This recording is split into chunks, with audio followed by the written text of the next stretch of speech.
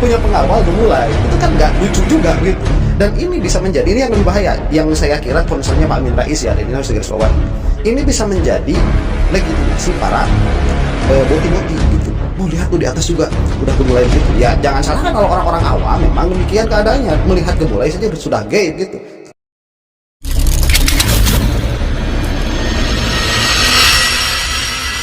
Heboh dan makin dipiralkan sejumlah media sosial sosok Teddy Indrawijaya yang nyaris tak pernah jauh dari jangkauan kamera.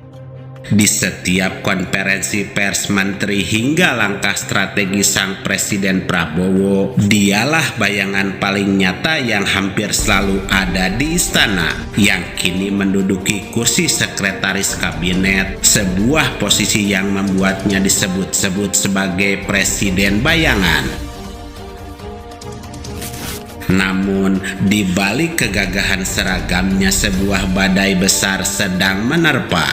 Bukan sekedar soal kenaikan pangkatnya yang memicu kontroversi, tapi sebuah serangan frontal dari tokoh reformasi Amin Rais yang membongkar dugaan skandal moral yang tak pernah dibayangkan publik.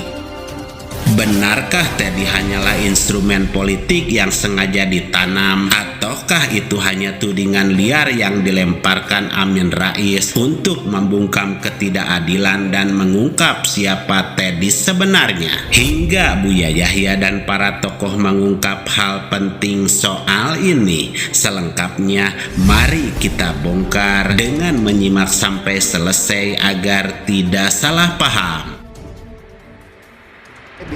Punya pengawal gemulai, itu kan nggak lucu juga gitu. Dan ini bisa menjadi, ini yang lebih bahaya, yang saya kira concernnya Pak Amin Rais ya, dan ini harus digarisbawahi.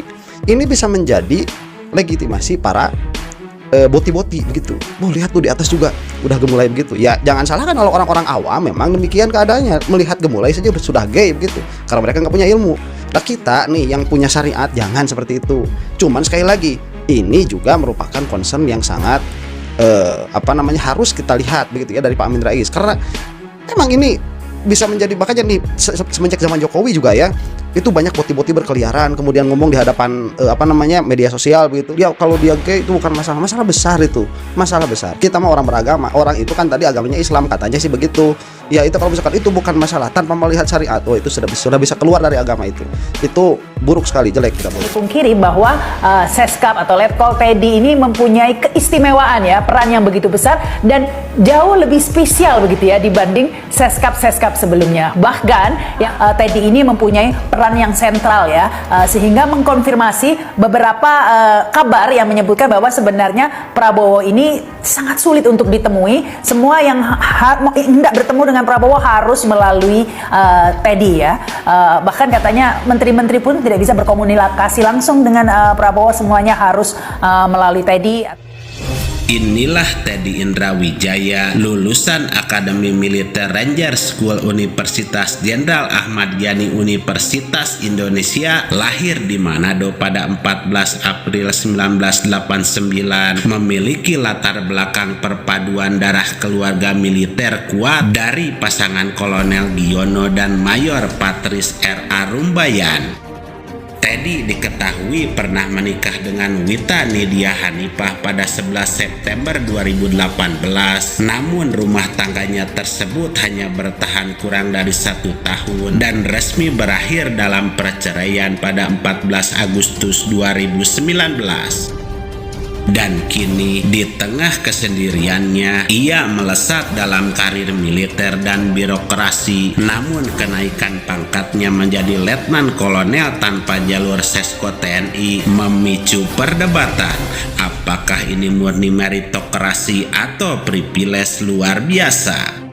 Sejak menjabat Seskap, peran Teddy dinilai melampaui batas manajerial, di mana ada panggung menteri, di situ ada Teddy. Ia bukan sekedar ajudan, tapi aktor komunikasi politik yang berani menepis isu krisis nasional dan menyentil pengamat ekonomi.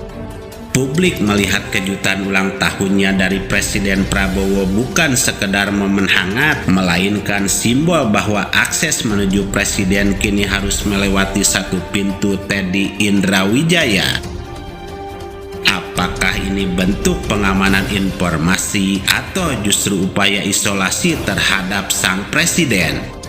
Disinilah Amin Rais masuk sebagai pemantik ledakan. Lewat video kontroversialnya, Amin melontarkan diksi yang sangat tajam berdasarkan opininya terhadap sejumlah kabar yang tersebar di masyarakat. Amin secara belak-belakan menuding Teddy sebagai bagian dari kaum Nabi Lut atau gay.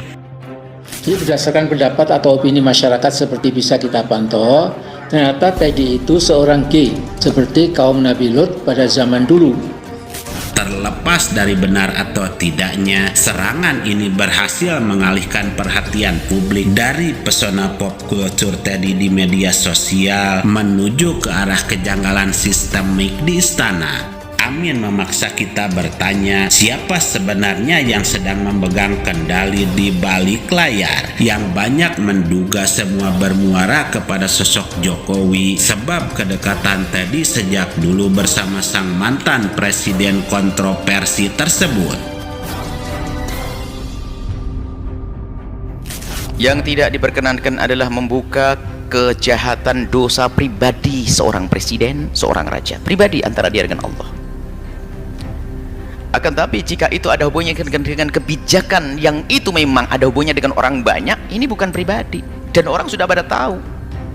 Misalnya seorang raja atau presiden punya kebijakan yang betul-betul merugikan. Lah kalau kita ungkap, bukan ini menggunjing, bukan ini juga membuka aib, memang ini adalah terjadi pada masyarakat, bukan dirinya sendiri, karena ada hubungannya dengan orang lain, jadi beda. Kalau ada hubungannya dengan orang lain, perlu kita sampaikan, asalkan benar, bukan kita menfitnah. Menfitnah presiden juga nggak boleh. Menfitnah nggak boleh. Kalau tidak, ya jangan katakan iya. Kalau tidak melakukan, jangan katakan melakukan. Ini perlu jujur kita.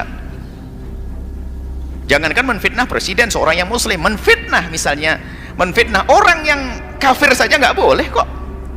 Islam itu mengajarkan kebaikan. Cuma jika ada sebuah kebijakan yang bertentangan dengan pri kemanusiaan misalnya, dan itu dirasakan merugikan oleh banyak orang, bertentangan dengan agama, lah ini bukan memungkar pribadinya, memang ini terjadi di masyarakat. Yuk kita buat perubahan, beda. Jangan sampai kita ini menyamakan yang berbeda. Lagi-lagi ini loh, kesalahan kita itu suka menyamakan sesuatu yang berbeda. Kalau ada kebijakan yang salah lalu merugikan, terus kalau tidak kita sampaikan bagaimana? Tentu kemudian cara menyampaikannya pertama adalah dengan cara halus, mengirim surat yang baik, memberitahu sesuai dengan aturannya, mungkin ke Pak Gubernur dulu atau bagaimana. Jika tidak ada tanggapan, diingatkan. Jika tidak ada tanggapan, ya tunjukkan dengan cara diizinkan di negeri kita untuk berdemo misalnya. Demo itu artinya memberitahu bahasanya kami menginginkan seperti itu, dan itu memang benar yang diperjuangkan, bukan dusta, seperti itu.